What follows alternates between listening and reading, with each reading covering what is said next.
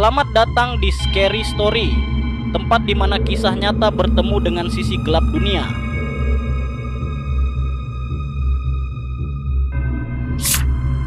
Pada episode kali ini, kita akan memasuki salah satu tempat paling menyeramkan di Jakarta.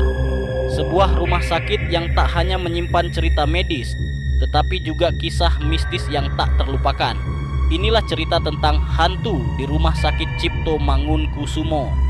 Siapkan nyali kalian. Rumah Sakit Cipto Mangunkusumo atau RSCM adalah salah satu rumah sakit tertua di Indonesia. Selain dikenal sebagai tempat pengobatan, RSCM juga dikenal dengan cerita-cerita mistis yang menyelimuti lorong-lorongnya. Seorang perawat malam, sebut saja namanya Ratna, pernah mengalami kejadian yang tak pernah ia lupakan. Waktu itu sekitar pukul 2 dini hari. Ratna sedang berjaga di lantai 3 di ruang operasi yang dikenal jarang digunakan.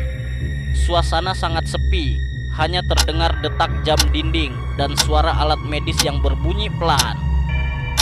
Tiba-tiba, ia melihat seorang pasien masuk ke ruang operasi. Pasien itu tampak lemah, berjalan tertatih-tatih dengan memakai baju rumah sakit. Ratna kaget karena seharusnya tidak ada jadwal operasi malam itu. Dengan penasaran, Ratna mengecek daftar pasien, tetapi tak ada nama yang sesuai. Ia pun memutuskan untuk memeriksa ke dalam ruang operasi. Namun, saat ia membuka pintu, ruangan itu kosong. Tidak ada siapapun di dalam, hanya kursi operasi yang bergoyang perlahan, seolah baru saja diduduki. Ratna mulai merasa ada yang tidak beres.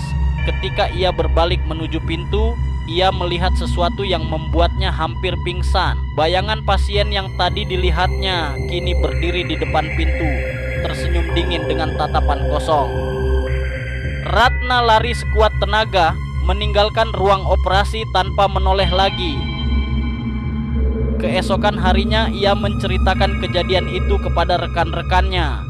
Salah satu dari mereka hanya tersenyum, lalu berkata, "Oh, itu mungkin Pak Tono.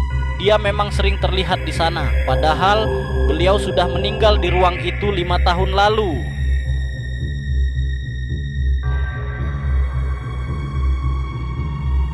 Apakah kalian percaya pada cerita ini? Atau mungkin kalian pernah mengalami hal serupa di rumah sakit?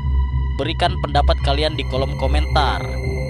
Jangan lupa untuk like, komen, dan subscribe channel Scary Story. Nyalakan lonceng notifikasi agar kalian tidak ketinggalan cerita-cerita seram berikutnya. Sampai jumpa di kegelapan berikutnya.